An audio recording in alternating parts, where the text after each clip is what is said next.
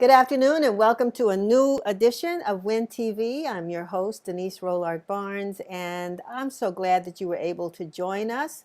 I'm publisher of the Washington Informer. Hopefully it's your favorite newspaper, just as it is my favorite newspaper. And as you all know, March is Women's History Month. And so we want to say some great things. We will be talking some great things about women in the DMV and all over. So we want to celebrate women this month, and we're so glad that we have lots of stories to tell because women are doing great things, not only here in the DMV, but all across the country and the world. But before we get it started, I have to stop. I just have to pause for a minute to thank all of you who followed us on Twitter. You know, last week I made an announcement and asked if you all could help us to get those 300 Twitter followers that would get us over that 10,000 Twitter follower mark. And when I made the announcement, I was so really pleased and need to stop and say thank you to our contributing writer, Brenda Seiler, who really launched the big push, along with DC Mayor Muriel Bowser. We really appreciate it, and we want to make sure that we continue to bring you the news that matters. So not only do we want you to follow us, and in some cases we'll be following you, but we need you to share with us what your expectations are, not only from Win TV, but from the Washington Informer. If you subscribe to our digital newsletter that comes out daily, some of the things you'd like to see in there, and also just the news that impacts you. So make sure that you continue to follow us on Twitter, Facebook, Instagram, and this YouTube channel as well. All of that matters. You know, these days in the whole digital world, those of us love our newspapers, but our advertisers want to see the numbers. And so each one of you really does make a difference and helps us in making sure that we can satisfy that and continue to bring you programming and news that you can use. Today we'll be joined by Lysa Ratliff, the new Chief Executive Officer of KABOOM, to discuss racial exclusions at playgrounds and defining play space equity.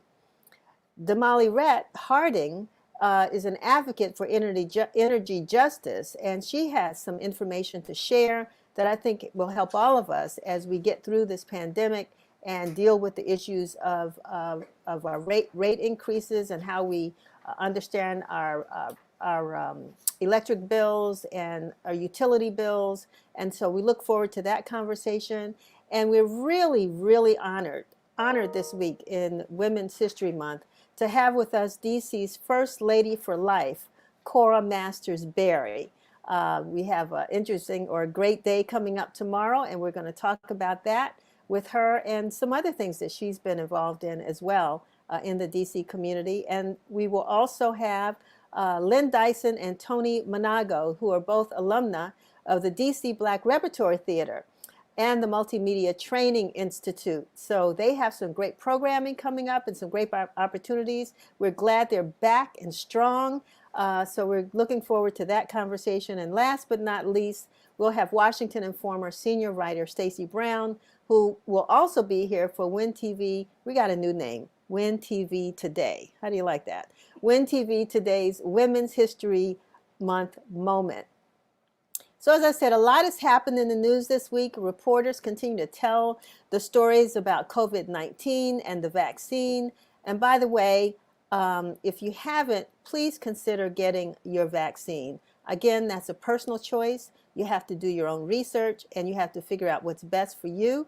I go for my second vaccine tomorrow, so as long, does it look like the vaccine's making my hair grow? It sort of does to me. But anyway, that's an aside.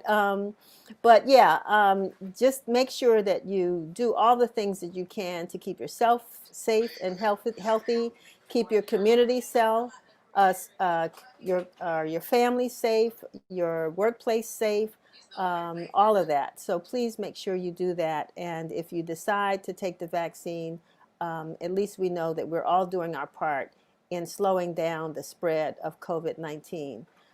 You know, Johnson & Johnson has rolled out a new vaccine this week, and that's on the market. That's the one-shot vaccine. So we don't know anything about what's most effective. And I know a lot of people ask, which one did you take? And are you on your first or your second? So it's a great conversation for us.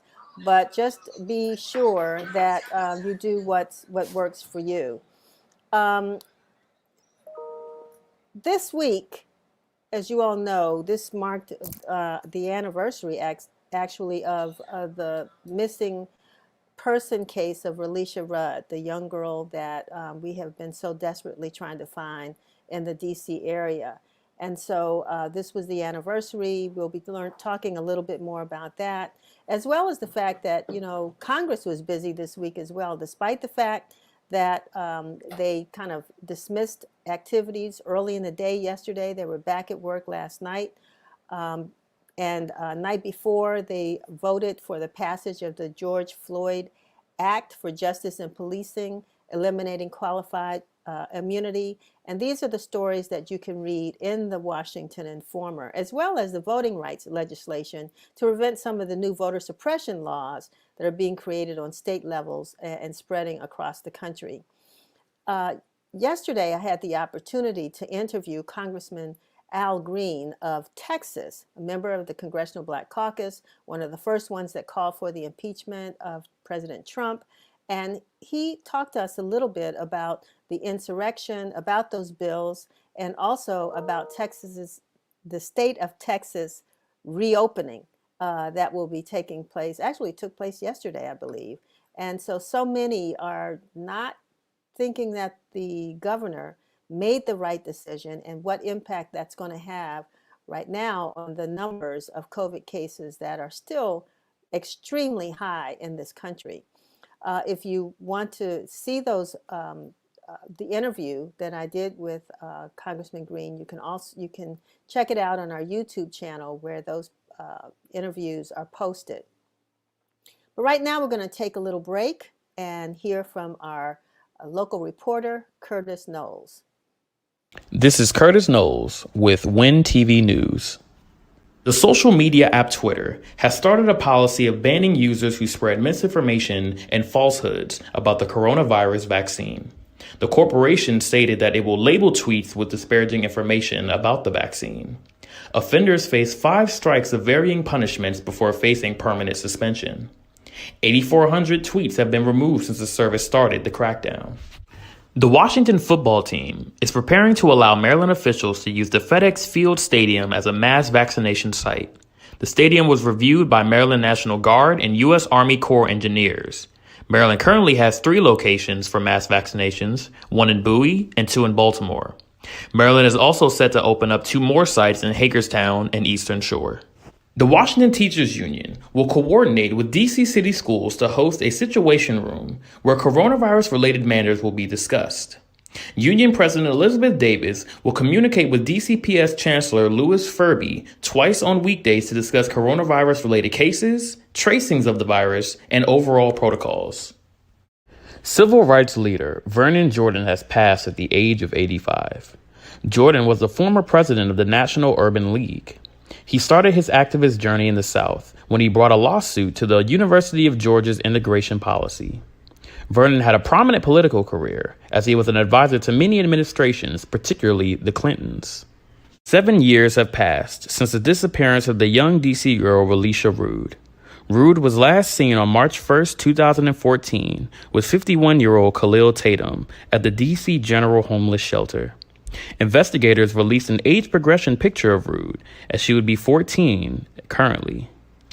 Andra Day has won a Golden Globe for Best Actress in a Drama for her role in the Hulu biopic The United States vs. Billie Holiday. Day went through great lengths to play the role, losing over 30 pounds, as well as beginning smoking and drinking. Day is the second Black actress to win the award after Whoopi Goldberg, who had won it 35 years prior. This is Curtis Knowles with WIN TV News. Thank you, Curtis. Thank you so much for that. And I didn't do like I always like to do, the BAM. This is this week's issue of the Washington Informer. And as Curtis mentioned, we also give honor to Vernon Jordan, who we lost earlier this week. And there's a story here that was done by Stacey Brown that who we'll talk to a little bit later. But if you haven't picked up a copy, make sure you do so. at your nearest newsstand here in Washington, D.C., Prince George's County, Northern Virginia, and Montgomery counties. Or you can always go to www.washingtoninformer.com and read the copy of the newspaper there, as well as so much other news that we have to share. And while you're there, sure, sign up, subscribe to the Washington Informer so that we can send you our weekly issue in your mailbox, your email box every week. Joining us now is Lysa Ratliff of KABOOM, and as she joins us, we're going to take a look at this video.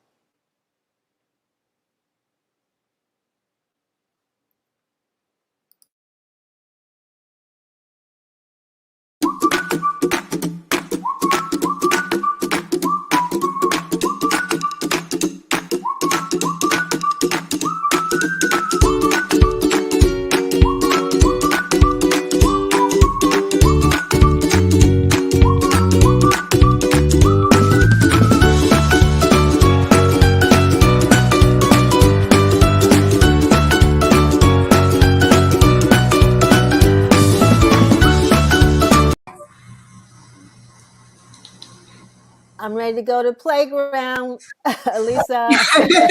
Yes, me too. I'm ready to go out and play.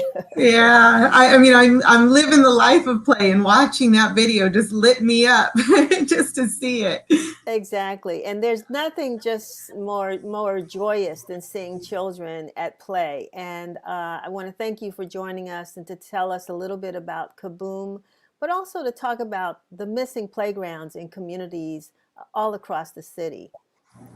Yeah, and thanks for having me. I feel so proud to be invited to the community, our community. Happy International Women's Month. Monday's International Women's Day. I'm just really proud to be a part of this. And I just think it's really beautiful what you're doing, lifting up our news and kind of our stories. So thanks for having me. And excited to talk about our work at KABOOM. I can start by just letting you know a little bit about who we are, and then just talk about why we exist. KABOOM, we're a national nonprofit. We've been working for the past 25 years to bring kids and communities together to design and then build their very own places to play. Every playground that we build is unique and it's community informed. A lot of power exists in our communities, and so we really rely on community voice to help us decide and determine what their space looks like, and then we get together and we build it. So very proud of the work we've been doing over the past 25 years. I can talk a little bit about just the background. Yeah, I mean, I think one of the things that I find so interesting. I'm glad to see a person that looks like me as a CEO of KABOOM. I was not aware of that, and so I think that's significant. But how your work sort of drives the decisions why playgrounds are important, particularly in Black and Brown communities.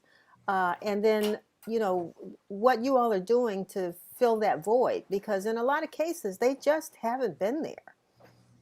Yeah, absolutely. And thank you. Number one, I am newly appointed as CEO of our organization, though I've been working at KABOOM for the past 5.5 years and have spent most of my career focused on disinvested communities and kids. So I'm very proud to be in this position. I was named as CEO a couple weeks ago and had a wonderful predecessor who taught me well. I think it is important to have our voices helping to guide work, and to have women guiding the work. So we represent a big part of this population. So I just think that's really important. But I'll tell you what, KABOOM, we focus on making sure that kids have equitable access to play. And the problem that we're trying to solve for is that it is inequitable. That there are communities and cities across this country that are celebrated for having wonderful public space. And yet when you dig into it, it's wonderful public space for who? It's not Black and Brown communities. There are cities and school systems where all the schools, Black and Brown, where you have like 85% people of color, and there's no playgrounds in our kids' schools. There's no access to play spaces or public spaces in the parks, where we live. And so we exist to focus on that and address making sure that every single kid has equitable access to amazing places to play. As adults, I don't know that we often think about how important play was as part of our DNA and our blueprint, but really the playground and everything that we do when we play, it's kids' currency. It's where we learn to take risks, where we learn to fall and get up, build relationships. And so it is just such a necessary part of childhood. And we're in this situation where it's, there's amazing places to play across this country, and then there's no places to play. I was gonna, excuse me for interrupting, but we talked a little bit off screen. I had two sons. I have two sons, but when they were young, one of the things that was really fun for us was to go discover new playgrounds. Yeah. Unfortunately, in the neighborhood where we live, there weren't any. So we would get in the car and go find playgrounds in other parts of the city, and it was like a day of discovery. Thanks to what I've seen KABOOM do, now, of course, they're grown, but there's a playground right down the street. They're all over. And how do you decide where you're going to put these playgrounds? Is it something that the community asks for, or do you just go out and search? We're growing like everybody else. We're growing and trying to do better. We are aiming to use data to tell us where we build, and really data that is like looking at a whole school system or a whole park system or a whole city and saying, where is there not access to play? And 9.5 times out of 10, it's our communities, it's Black and brown communities. And so we're using that to say, okay, across this park system or this school system or in these child serving organizations, we want to be a part of fixing the problem. And so we build mostly in Black, brown, we want to build more in Indigenous communities, but really where the need exists. It's challenging for us because we also have a relationship with funders. So our funders are generous enough to say, hey, we want to put some resources in place and lend a helping hand to do this work. And we do everything we can to make sure that they are directed to where the need is. And so that's how we decide where the need is. So is there, I mean, if a community said, look, KABOOM, because I know that there are times that the community helps to build those playgrounds. But can someone contact KABOOM and say, look, we've got a site, would you all consider coming here? And if so, how would they do that? Absolutely. You can go to kaboom.org and learn more about us. We have an application process for our community partners. And so that's the best way to reach out to us. Well, I want to say thank you because one, people need to know who you are, and that when they see a new playground coming up, they know who to say thank you to. And we do, when this COVID thing is over, or at least this summer, we hope to see many kids out there really having a great time. And so thank you so much. And we hope we will get more playgrounds in the communities that need them. Thank you as well. I want to encourage your viewers to go to our site and read. We've got a beautiful article that outlines the history of play space inequity that is rooted in civil rights and segregation, that I think really helps unpack kind of why we exist and where we came from, which I just think it's really important for our people to know about and read about. So I also want to encourage folks to go to our site and read that article. Lysa, thank you so very much for being here. So yeah, I don't know about you, but as someone said, I saw a note a little earlier. Thank you, KABOOM, for all you do and for making sure that our kids have safe places to play. Speaking of equity, not only are we having a global health crisis, but we're also having a problem with our energy crisis. You all heard what happened down there in Texas, and we've often wondered in recent years, could we have another situation like we had a few years back when a tornado or hurricane, I can't remember what came through the district, but we had a water crisis. What are the things that are happening to prevent us from having the same situations here in our nation's capital, like we've heard in Texas and Mississippi and places in the South, because of that horrendous snowstorm?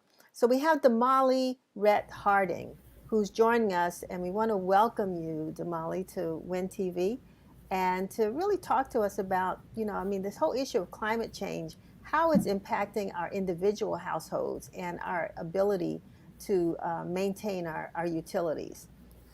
Yeah, so climate change and utilities, they've been paying attention to this for the last 10 years in a real and meaningful way. And the word I would use to describe it is resiliency. So what you're seeing, you mentioned the tornadoes, which we never thought would really happen here at that level of impact. You can look at Hurricane Sandy. You can look at in this area. We all are familiar with the word derecho now with the high winds that are coming. And so Pepco, BGE, SMECO, Dominion are really all trying to build this grid to be resilient and to last against these storms that typically, we're coming every 10 years, every 20 years. We're now seeing every 3 years, every 5 years. And so we all need to be able to come back online quickly and safely. And because of these natural occurrences, I won't call them, they become disasters when, houses are blown away and people lose property and there's death and dying. But, because of these natural calamities that occur, how is that impacting our pocketbooks? How do we as consumers prepare for, like you said, what may happen every 10 or 20 years? I think the things that you're seeing are, one, we haven't really felt it yet, but I think you're seeing a lot of innovation and a lot of innovation from our communities even. Somebody was just telling me about a startup run by a Black woman for energy efficiency. And so we're looking at how do we take advantage of this? One, there's a lot of opportunity in thinking about things like battery storage, right? So, what happens if Pepco can't turn on the lights, but you have a battery that can run your house for 3 days, and now you can just run at least your refrigerator and your essentials. What does that mean for people who have solar? And in this idea of equity, we're trying to really think about, okay, what does that mean for people who can't afford solar or can't afford a battery? How do we prevent them from, in times of disasters or times of, these storms and winter weather and all of the things that impact their need for electricity? How do we ensure that they have access to the same energy that people, who live in Rock Creek do? And so it really is thinking about, one, again, this idea of resiliency. Two, what you're seeing now, which I've noticed in the last 3 years, is all of the utilities are asking questions about, one, what do we need to do to serve people who are energy insecure, right? So an average, if you look at brown and Black populations, an average 50% of us in any given month are asking questions about, do we pay the light bill? Do we pay the gas bill? Or do we pay medicine? Do we pay food? And finally, the government started even looking at and asking these questions. So we actually have the data to know that these are questions that people are making decisions on. Utilities are now finally start to ask themselves, okay, we need to be able to identify these people, and not just identify people who may be on a special rate, but identify people who are actually struggling. And at my own company, we actually call it ability to pay, right? Because we know that as you move down the scale, your energy burden or the percentage of cost you pay for energy goes up as a percentage of your income. And so that really impacts your ability when you're paying 20% of your income to your energy cost versus somebody else who's only paying 3%, but the cost of the actual energy is the same. You've created an equity burden right there. And so one is identification. Two is, one, getting people to get comfortable with enrollments. So we know that there are programs out there that will help people, but there are a lot of barriers to entry. They're confusing. They ask for different things. You take DC DC has 3 separate utilities, one of which is a municipal utility, DC Water. So now I have to sign up for 3 different programs instead of being able to go to a one-stop shop or have somebody help me. I need to actually have a laptop and somebody to sit down and guide me through that. And how do we solve these issues and questions? I'm so glad that you brought that up, because I mean, it's always great to have the utility companies on who can, proudly announce the programs that they have to address those issues, but they realize that they're not reaching a lot of the people in the community that really need them. And then, of course, just like the vaccine and everything else, people just won't sign up. Yeah. So, I don't know, we've outlined what the problem is. So what is a solution to that? So a couple of solutions. One is people have more control over their energy use than they realize. And so they can find out, like Pepco, for example. I would encourage anybody on Pepco, BGE, SMECO, you can get a weekly electricity report that is free, that will be emailed to you, that will tell you how much you're using on a weekly basis, if you're higher or lower, the day that you use the most and the times that you use the most. And that idea of, the reason I push that is that idea of information means that you can recognize, you know what, maybe I'm using a lot because on Saturdays I'm cooking all of my meals, I'm doing all my meal prep for the week, and that's using up a lot of electricity. Are there times that I can do that a different time? Are there ways that I can do that to save money, to save energy? The other thing I would advocate for is at least once a quarter, and I work in this industry and I do this too, we tend to just look at the dollar amount that we pay for energy. Don't do that. At least once a quarter, either open up the bill, download your bill, and actually look at the rates that you're paying. One, make sure that you are paying, if you expect to be on a Pepco rate, a BGE rate, make sure that you're on that actual rate. 2, actually look at the rates you have. And in this region, we have the ability to choose a different supplier. So there actually may be opportunities where you may be able to save money by moving to a different supplier. I want to caveat that does not mean that Pepco or BGE owes you money, because we all get those phone calls, but you should do that judiciously, because that is an opportunity. Second, if you're having challenges, go to the People's Council. So DC, Virginia, Maryland all have a People's Advocate, a People's Council that can help you identify what these programs are. A lot of people think that they're not going to be eligible because they make too much money or there's different circumstances. And that doesn't have to be the case. Is that use the resources. Those resources are there and available, and they want to help, and they literally are the advocates. They call themselves the people's advocates. Use them because they're an interface into the utilities. So. No, Damali, this is really, really great information. And we hope that through this program, people will follow some of your advice, including me, because you've said some things that even I don't do. But I think that it's great advice. And, it's our objective or our goal to make sure that this information gets out to the community, because a lot of people are behind in those utility bills right now due to COVID, loss of jobs, unemployment checks that they're waiting for, what have you. So I want to thank you, because, not only have we outlined the problem, but also talked about some solutions. And you mentioned talking to the Office of the People's Council. We've had them on the show. Yep. Is there any way, or if people wanted to reach out to you to say, what was that you said again about, downloading my bill? How would they do that? Yep, best way is I'm Googleable. Googleable. I don't know if that's a verb, but you can absolutely find me on LinkedIn. And I'm happy if people have questions about bills. I did this all up and down the country. I'm happy to schedule a Zoom and walk through each part of your bill and explain it to you. I can do it in 5 minutes or less. So definitely take advantage of that if that's something you're looking for.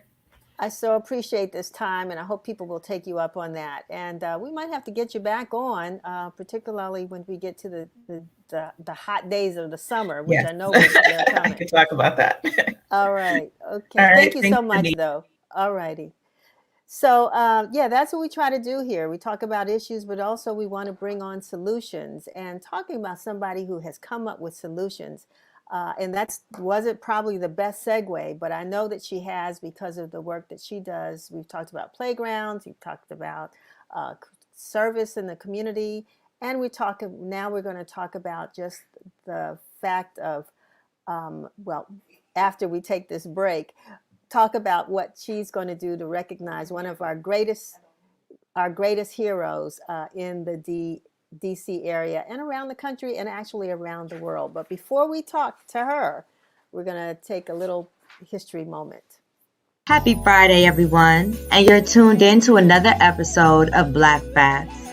On March 6th, Zoe Duzan, famed art dealer who opened Seattle's first professional modern art gallery in 1950, died in 1972. On March 7th, 1917, Black American ballerina Janet Collins was born in New Orleans, Louisiana. On March 8th, Phyllis M. Daly is the first Black American woman to be commissioned in the U.S. Navy Nurse Corps, as she served at the Naval Dispensary in Boston until the end of World War II. On March 10th of 2010, Beatrice W. Welters was confirmed Ambassador to the Republic of Trinidad and Tobago by the U.S. Senate, being named to that post by U.S. President Barack Obama. And on March 11th, 1959, Lorraine Hansberry's famous play, A Raisin in the Sun, premiered at the Ethel Barrymore Theater in New York, with star actors Sidney Poitier and Claudia McNeil playing as lead roles. Reporting from the Washington Informer, this is Lindy Wevelakazi. Thank you, Lindy. The one thing you missed, Lindy, in your Black History report is March 6th, the day that Mayor for Life Marion Barry was born. And so we have Cora Masters Barry, the First Lady for Life of the District of Columbia, here to talk about her husband, all he's given to the community, and how we're going to remember his birthday tomorrow. How are you, Ms. Barry? How are you doing? I'm fine. How are you doing? Happy birthday, Marion. Yes. Happy birthday. Happy birthday. You're I mean, very we have celebrated so much in this city, and I'm so, really proud of what you've done to keep his life, his legacy, his name alive. We've got his name on buildings across the city. We've got a beautiful statue in front of City Hall. Share some of that with us. Well, Marion, it will always be remembered. As I told him before he died, he said to me one day, "I don't want to be forgotten." I said, "That's impossible." I said, "You have impacted generations of people. Your name will always be in their hearts and in their minds and in their prayers. But we will see to it that also other people will know your works." And so that is just basically a commitment that was made, and also a legacy that is so well deserving that it was not a hard thing to do. I mean, the mayor immediately upon his death put together a commission to establish how we're going to honor his legacy, and out of that came the statue, and that was phenomenal. And then, of course, the Summer Jobs Program was named Marion Barry Summer Jobs Program for life, and then the council led by Phil Mendelson named the biggest municipal building in the District of Columbia, One Judiciary Square, Marion Barry Jr. building. So it's been a lot going on. There have been people in our community in Ward 8, which you're a member of, resident of, who have tried and are still working on trying to get Good Hope Road changed to Marion Barry Avenue. And so that's a movement that's been headed by Barbara Jones and other people. So it's, the longer he's away from us, the more his legacy grows and the more people begin to able to really appreciate him, because they can make the distance or the difference or do the contrast between, then and now. And when that happens, people start, well, if Mayor Barry was here now, it may not have been, but that is the myth, that he could solve all problems. But that's because they knew that if he could, he would. One of the things that I think will be a lasting legacy of Mayor Barry is the Mayor Barry Youth Leadership Institute. And some of I know that they have anywhere from 200 to 300 young people that come to that institute every year. They get to learn not only about who he was, but his work. I mean, going all the way back to when he was with the Student Nonviolent Coordinating Council, SNCC. I mean, all the way back. And it inspires them to become leaders in this community. And we can look at, members who are have run for school board, on the city council. Yeah. All of them have come through. That is a lasting legacy. As a matter of fact, we've started selling T-shirts for the first time. We've never done it, but we got a trademark that says, I got my first job or I got my first summer job from Marion Barry, and they're selling like hotcakes. I believe it. It is, because you know how they say, talk to the T-shirt? Everybody I run into says that. So somebody said, why don't we just, raise some money for the foundation by doing that? But the leadership, the Marion Barry Leadership Institute, my daughters were there. I have a generation of mayors, junior mayors or youth mayors. Both my daughters, 5 years apart, went through the Leadership Institute and ended up being elected youth mayor. So it has a great legacy. But tomorrow we're also going to honor his birthday in terms of his legacy, because we're having a planning meeting at the Southeast Tennessee Learning Center on Marion's birthday to plan a mass vaccination in Ward 8 for Ward 8 only residents at the Southeast Tennessee Learning Center. And we're partnering, of course, with the city under the leadership of Dr. Nesbitt, but also with Dr. Elbayumi and the Rodden Institute, Howard University, Dr. Frederick. So I know Marion would be on the front line saying, don't miss your shot. And so we're coming together on tomorrow to plan having this done, and we're going to do it this month. Since you brought that up, and I think it's a great way to celebrate his birthday. And as you know, this COVID pandemic has had a tremendous impact on African Americans. We die more often from this from the I can't think of the name, from the virus. Thank you. I'm thinking vaccine. Vaccine is in my head. Virus isn't. Right. But from this virus. And it's interesting because we know that in the Black community, that's where a lot of the resistance is to taking the vaccine. So, nobody knew Marion Barry like you did. Mm-hmm. And what do you think he would be saying right now about telling people to take the vaccine? He would be saying right now, don't miss your shot. He said many, many, many times that Black people are always on the back end of things that are good and on the front end of things that are bad. And they have a shot here.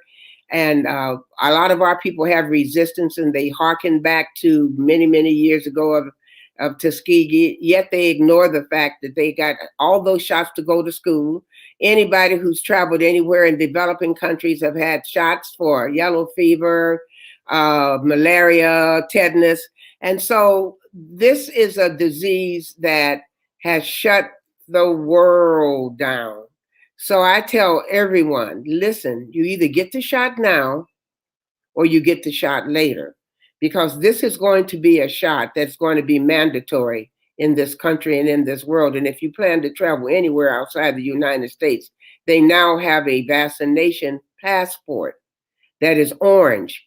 And you have to stamp it like you do the regular passports. And so you can't get around it. Before, for those of you who have traveled internationally, you have the little yellow card and you list your little vaccinations. And when you get to customs, they open it up. No. Now you're going to have the regular blue passport and an orange passport. So Marion would say, be smart. Don't let people come over to your community and take your shot. Get your shot. Don't miss your shot. And so that is exactly why I'm celebrating this on his birthday, because I want to encourage people to know that he would have stood there and been the first to take it. Because, Marion had the courage of a lion. So he would have done it and said to everybody, do it. And we know that this is not going to be easy, but we're going to talk one-on-one with our neighbors and with our community and encourage them to protect themselves and give them the data and let them know that when you look and you see these lines of people who don't look like you getting shots in your neighborhood and going back, they didn't come over here to live, to die. They came over here to get a shot to live, while you're standing on the sideline saying you don't want to get it. I think you need to rethink that. So yeah, that's not only his message, that's all of our message to our people. But I think you have to work really hard and not just expecting to show up. So we're going to be doing some things like pre-registering through community organizations and doing all the things that are what I call deterrents. We are going to make it very friendly, and we're going to have some. Marion Barry gave me my first summer job T-shirts given away for the first 100 people who show up and get their shots. So yeah, and then also speaking of Marion's legacy, I know I made reference to the building, but what I didn't mention because I thought about it in talking to you is that they put the name up and it's beautiful. People should see it, but they haven't yet put anything together to acknowledge his legacy on the inside. So if you see somebody's name on the outside of the building, you walk in, you expect to see, I don't know, a statue or a bust or a picture. But the Marion Barry Legacy Foundation and members of the community have come up with a thought and an idea and a concept. We've been working on it of a mural that shows his legacy from when he started really leading the city, and all of the people who were a part of that, people who were elected, selected, community activists. And the first name that came up when we were sitting around the table looking at going back to Mayor Washington and Sterling Tucker was your father, Dr. Calvin Rolark. So he definitely be on that mural. We're working on that. We're pushing the government to support it, but I know it's going to happen. So when 100 years from now, when we're all gone, people walk into that building and look up there and see, not just hear about it through folklore and families, but look up there and say, "Oh, who's that? Oh, that was David Clark. He was the chair of the blah blah. Oh, who's that? Oh, that was Ted Higgins. Or who's that? Oh, that was Abe Poland who built the MCI arena." So yeah, right. Pushing for that as not only an homage to the service that Marion served, but the people who were with them on that journey. That's fantastic. And for those who haven't purchased the book yet, it's just amazing that he was able to get that book published before he left us. And I'm sure it's still available. And it's nothing like reading the story about Marion Barry through his own words and not through the perceptions or what other people said about him. And I'm so glad that you're here to share that. He'd be 85 tomorrow. Yes. Boy, this time flies. I know. We were 10 years older than me. That's why I keep up. Okay. All right. Well, I get my second vaccine tomorrow in honor of his birthday. I said I get my second shot tomorrow, and I'll do so in honor of his birthday. Yay! Happy birthday! Wear something green tomorrow. I will. I will definitely do that. I want to thank you so much, Mrs. Barry, for being with us today. When you all start doing those vaccines down at the Tennyson Learning Center, let us know. We want to be there to cover it and make sure that we put it not only in the Informer, but on WIN TV and social media so that we can do what we can to help amplify that effort, because we want our entire community to be safe. And we're so glad that you're looking out for all of us. Well, you know what? That's what we do. That's why we're here. Thank you so much. Thank you. We'll talk to you soon. Thank you. Boy, that was great. Can you believe it? Marion Barry would have been 85 years old tomorrow, and it seems like he's still with us in so many ways. Thank goodness for those who are keeping his life and legacy alive. I mean, that's how we keep people going. We say their names and we do things in honor of them that they would have done themselves if they were still with us. So hi, everybody that's watching. I'm glad to see folks giving shout outs to Cora Barry, James Wright, and Michael Lassiter, and my mom, Vera Abbott, and so many others, Gerald Taylor, and all those. The media prints, you'll hear from him a little bit later. So thank you all for chiming in and for watching. So glad to have you here with us. And speaking of legacy, there's nobody else who can really talk, well, there are other people, but who can really talk so much about the impact that Marion Barry had on their effort. And that is the DC Black Repertory Theater, Lynn Dyson, Toni Manago. I mean, you all were there. You came through a Barry administration. And that's when Black art in DC was really booming, and you all played a large part in that. Thank you for joining us. And how are you? Fine. Thank you for having us. Thank you for having us. We were here last year when we were celebrating Robert Hooks Day and the 49th anniversary of the DC Black Repertory Company. And we honored your father, Dr. Rolark, and Charles Algans, Michael Hodge, Sweet Honey LaRock, and Bobby and Woody King had a talk on systemic racism in American theater. But we're not here to talk about that because that happened October the 18th. But we are. I want to say this, Lynn, before you go on, because that video from that program is still available, right? People can see it. Yes. Yes. On YouTube. Yes. That's one of the things we're going to be talking about today. Right. About yeah, I just want to say that this was a program you all planned to last for no longer than an hour and a half or 2 hours.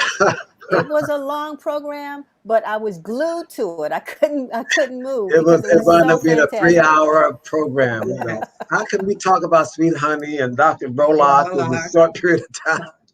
But anyway, during this time that's gone by, we're still getting the awards out to folks. So we said we want to present this award personally to Denise, and that's the main reason we're here today, to present this award to you on behalf of your father. But at the same time, we want to talk about the links. We created video links talking about links being available on each one of the honorees.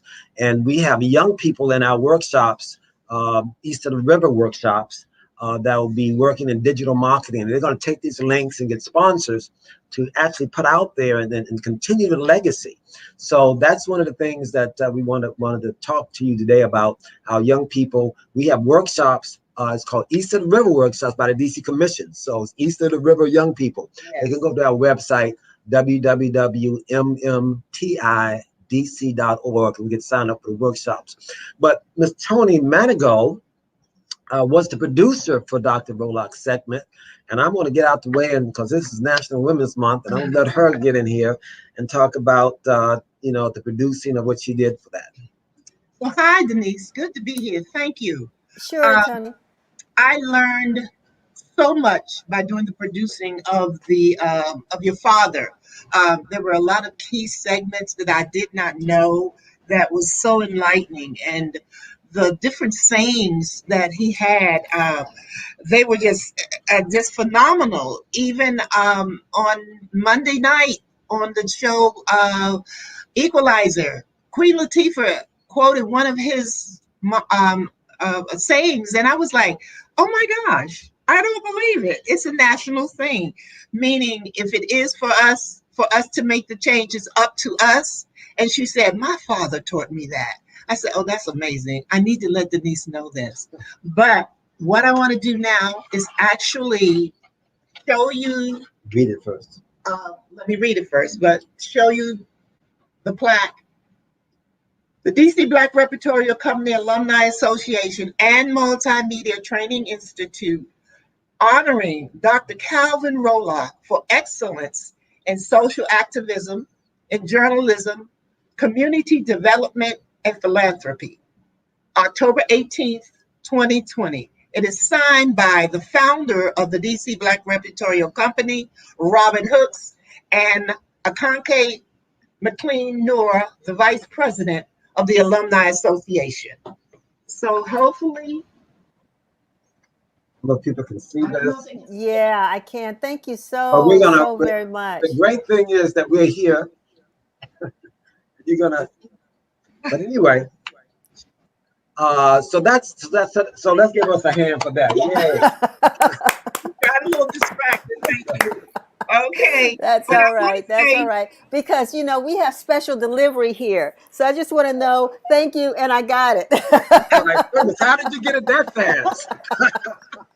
Hey, this is Washington Informer. We make things happen, right? You keep us so informed. Yes. Thank you so much. Okay, and I'm going to...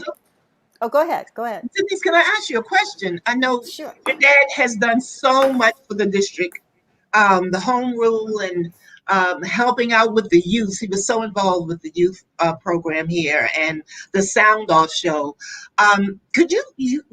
What was so important, or what some very memorable things that you have of your dad that you might want to share with me and the others?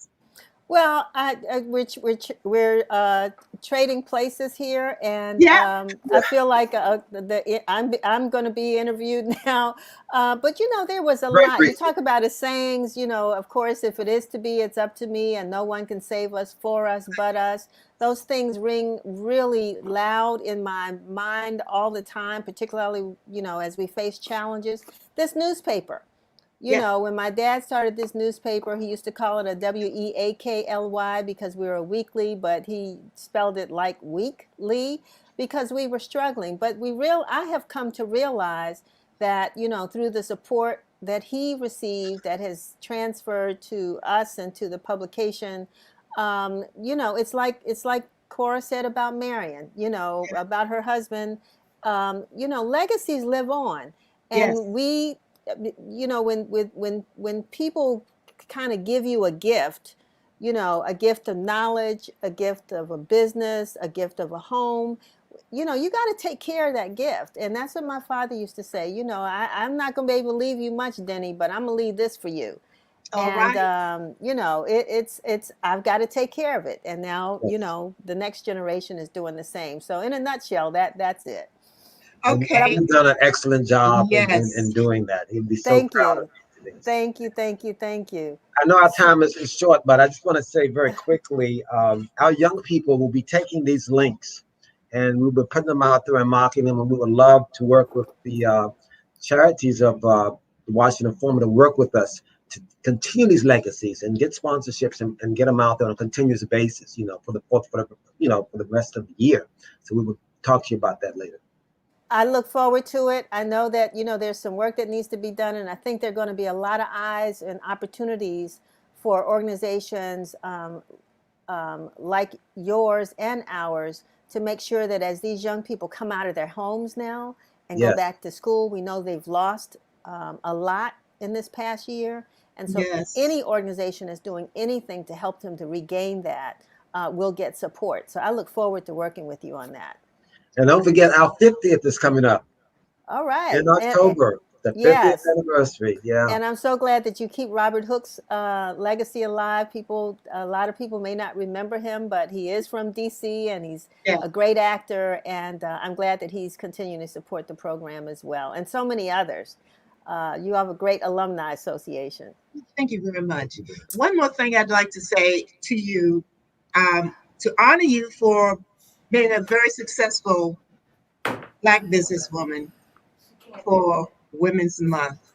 Thank you. Thank you for bringing the National Washington Informer into the 21st century with so much excellence and style. Thank you. You've given us a new title. We're going to be national now. I appreciate it, Toni. Thank you so much, both of you all, for being here.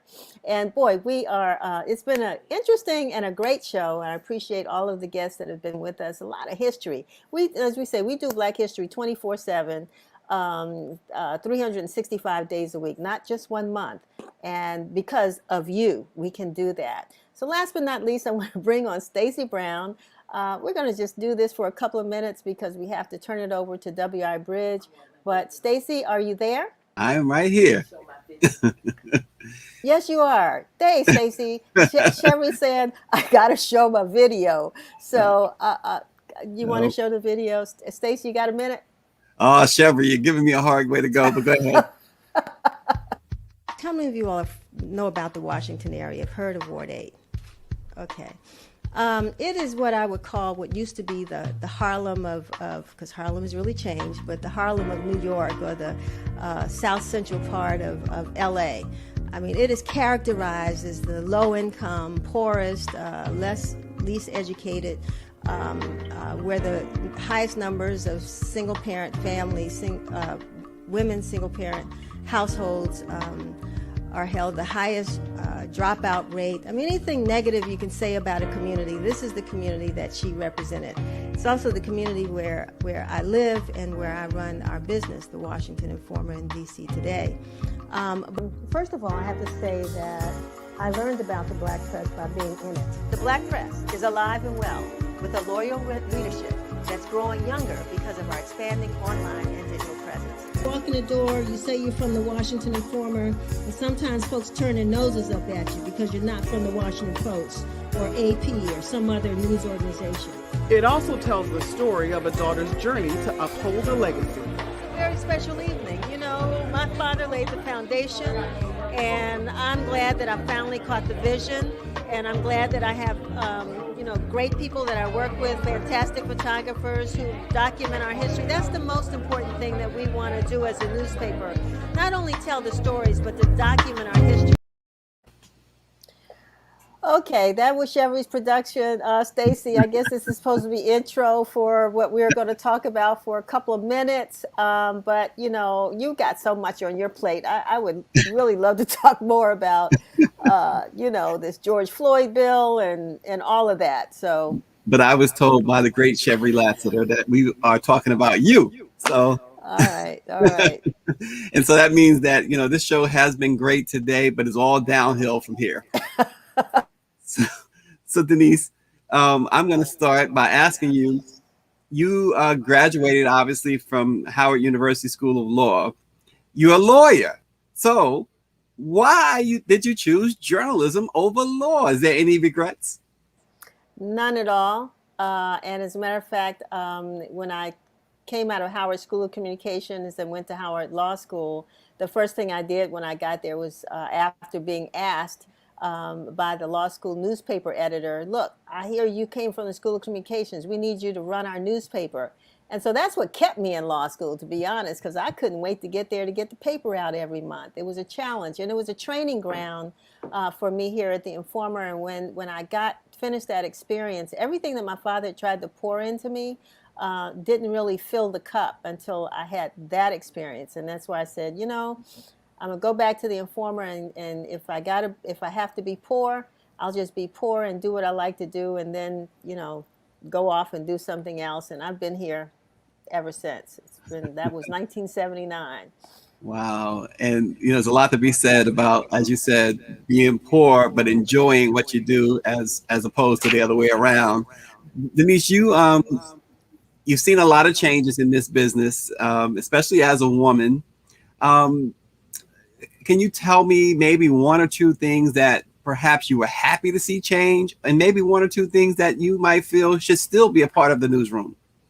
Well, one of the things is, back in the day, our paper was printed in La Plata, Maryland, through undergrad, through law school, and through the first few years of once I came full time. I drove from DC to Waldorf 5 times a week. As a matter of fact, my battery on my Plymouth Duster died on 301 on the side of the road where I stood for a long time trying to get the paper back to the office. And so that's one part. When they created desktop publishing, I was like, hallelujah, no more trips to the printer. But I think one of the things that I welcome, is our ability to that's a good question. Stacy, you got me stuck on that one. But I mean, I think that the need for the Black press, as I said earlier, hasn't changed. While I think more Black people have gone to what they call, as the dailies, or what they like to call the mainstream media. You came out of that, but it never has diminished the role that we play in our community. And so, and the need for us to be in this community. And I only say that because of what I hear people tell us all the time. We have a lot of stories to tell, and no one publication can tell them all. And the more of us that are out here, including us, the app that covers DC and Prince George's County and Baltimore, the more we're here, the more we can make sure that our history is left in good hands and is communicated in the right perspective. So I don't know if that answered your question, but time is running out. Yeah, it's adequate. I'm sure that you're glad that the Duster is no longer around either. That's a good change right there. Denise, they made good cars back there, though. Well, they did. Well, you've been involved in so many causes, so many organizations. You sit on so many boards. There's the AARP, Washington Informer Charities, of course, DC Black Public Relations Society Foundation, and of course, there's the annual DC Spelling Bee. How important is it for you as a Black press publisher and those in other businesses too, involve yourselves or themselves in the immediate community? It's essential. I think it's essential to be in the community. A lot of times we'll send dollars, somewhere, or, ask for volunteers and to send them somewhere. But, you have to be in touch and a part of the community and to serve in places so that people, get to see you. I'm thinking about, and this is a quick story I'm gonna tell you. I think about a long time ago, when my boys were little and our washing machine broke down and I had to run and go to the laundromat. And this guy was so shocked. He thought I had come from uptown somewhere or whatever. I mean, I'm around the corner from the laundromat. And he was like, "What are you doing in the laundromat?" And before he left, I heard him say something like, Oprah Winfrey in the laundromat. I was like cracked up.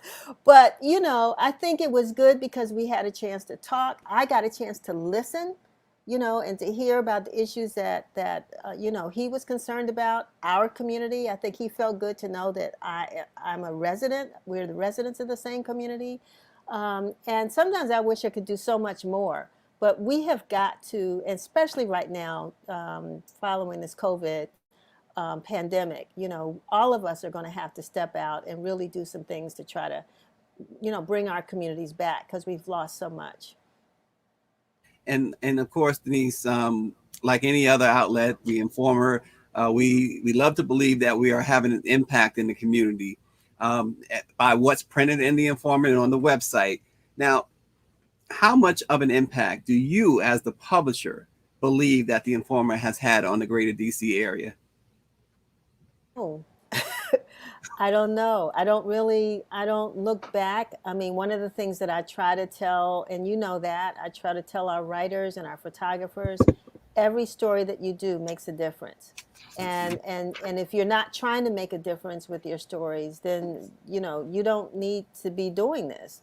I mean, we should be trying to improve the quality of life, encourage young people to go to school, to do well in school. Right now, we're trying to encourage people to protect themselves and their families by, getting tested for COVID-19 and also taking the vaccine.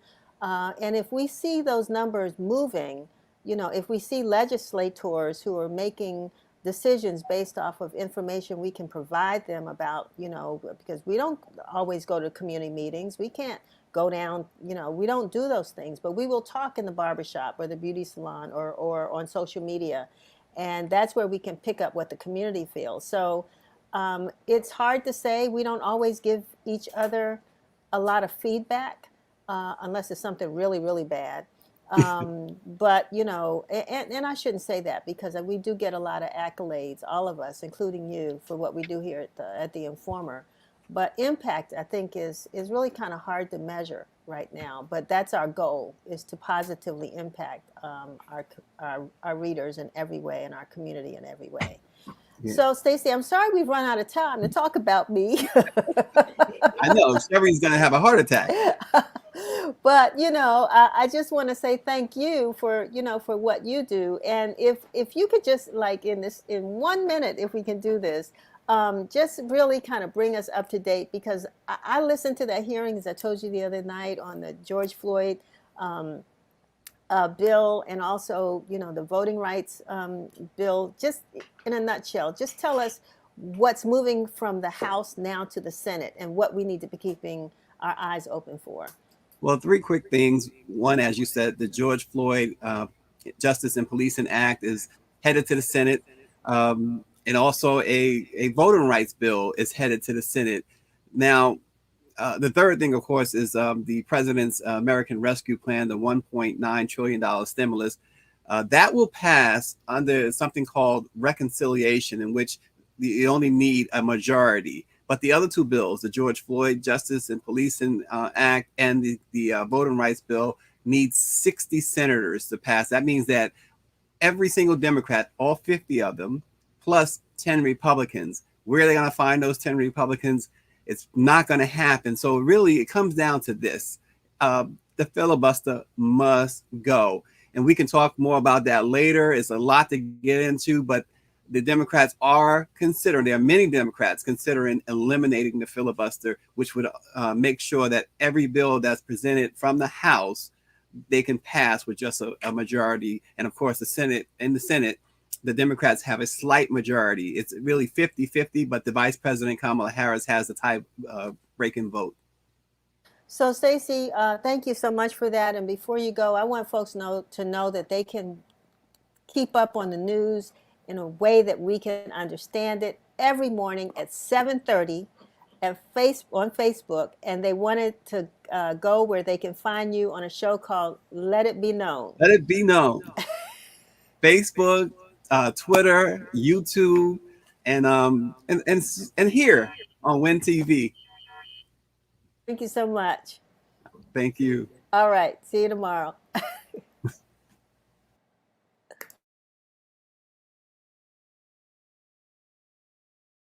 Did I mute myself? That's it for this edition of WIN TV. Thank you all so much for joining us today. We tried to get through a lot. We had a lot, and I think it was, well, who asked me what I thought about the show, but I think we had some great guests. Remember, Cora said wear green tomorrow in honor of Marion Barry. Take some kids to a playground, let them go out and have a good time. Remember that there's going to be a program in the arts from the Multimedia Training Institute, and continue to watch WIN TV. We'll see you again this time, 12 o'clock noon next week. Happy Women's History Month.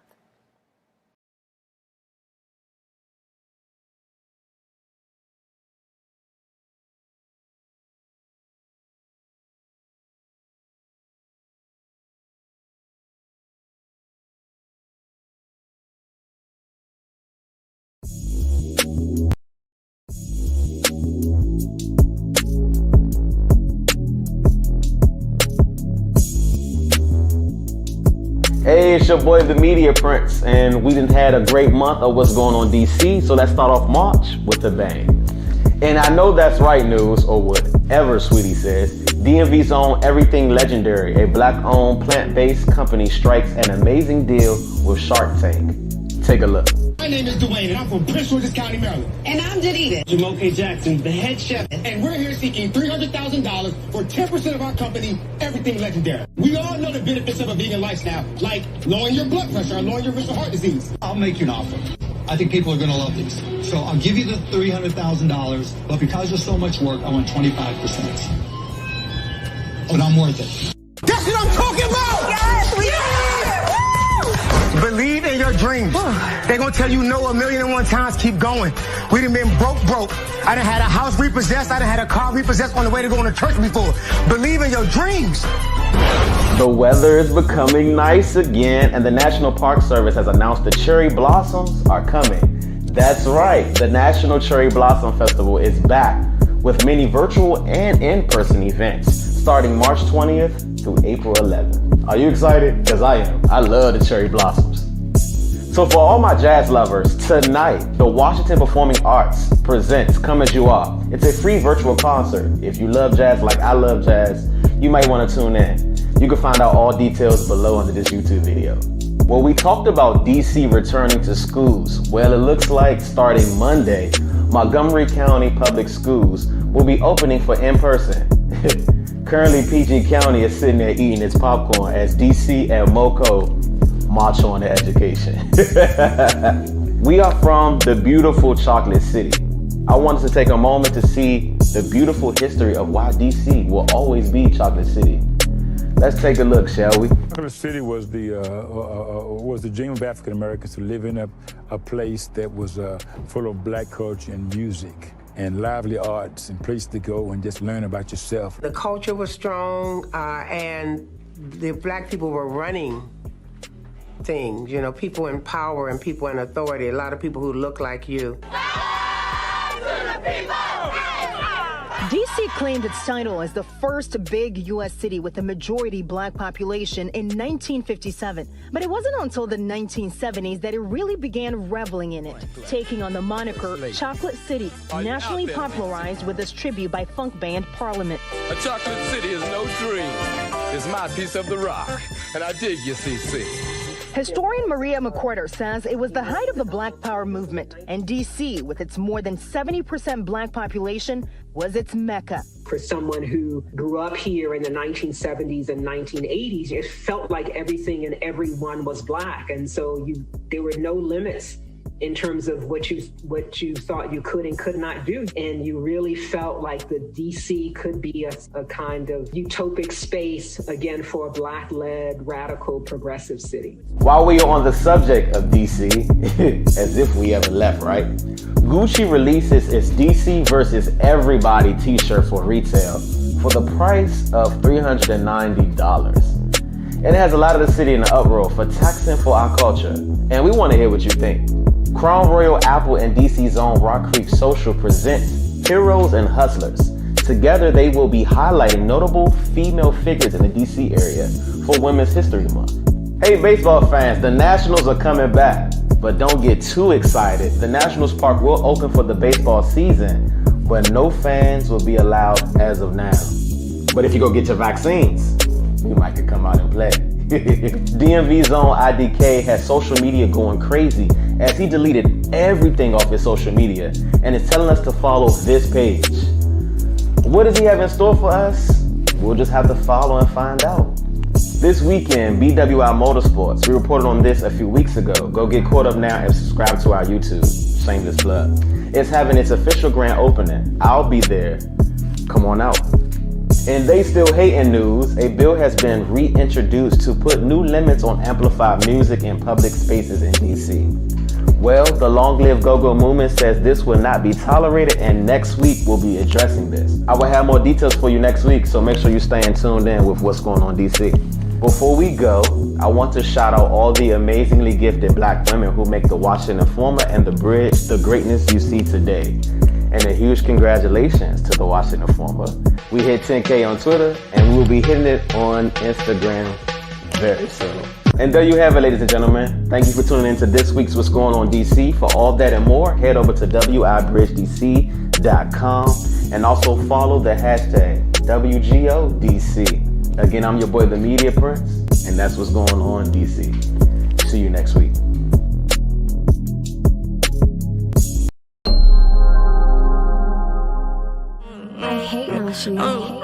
I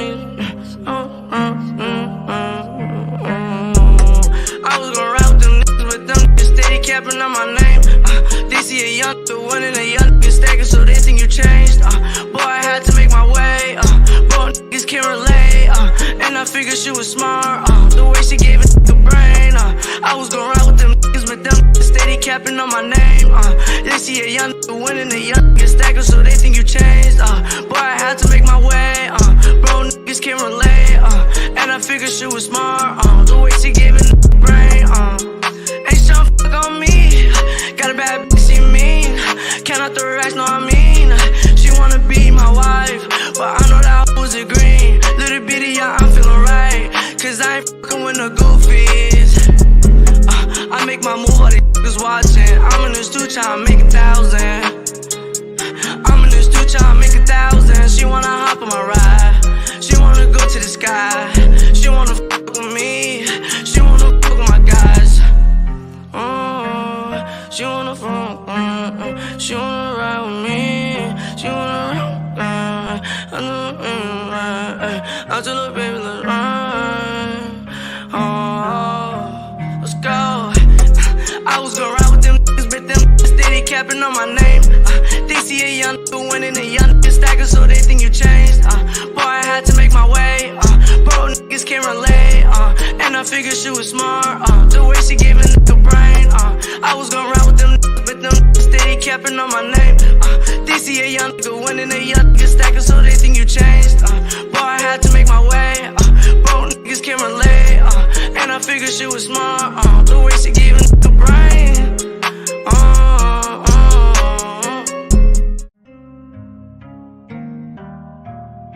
Well, the reason why I changed my name to Lil Petrol to Payroll was, you know, mostly everybody that knew me and people that just knew me on social media, they just call me Payroll, you know what I'm saying? But Lil Petrol, I just had it just because it was my name and I was fucking with it. But I think it was just time. It's like two different chapters, you know what I'm saying? I already have my time with Lil Petros, now I'm my time with Piro, you know? And that's just to go harder, but either way you gotta go harder, you know? Yeah. Being an air artist is very different, you know, but it's the same thing, but it's like, you really just, for real, like, me come from Eritrea, like, I actually seen the struggle, like, man, I can't even explain it. So it's like, coming over here, it's like, it's a blessing, you know what I'm saying, it's a blessing, you know, just thank God, because not many people have chances from my country to come over here, because it's like, it's so rigged back then. Back there, it's like, man, you just gotta thank God, you know? Not even into like me as an Eritrean artist, but like me just coming in America in general, that's a big blessing. Like, that's the main factor, you know? So yeah, that's how I look at it, just a big blessing. Like, just everything that's in life, just blessing. And you gotta take, you know, chances. You gotta be the chance, you know what I'm saying? You can't let the chance make, you gotta be the chance, like, so that's how yeah.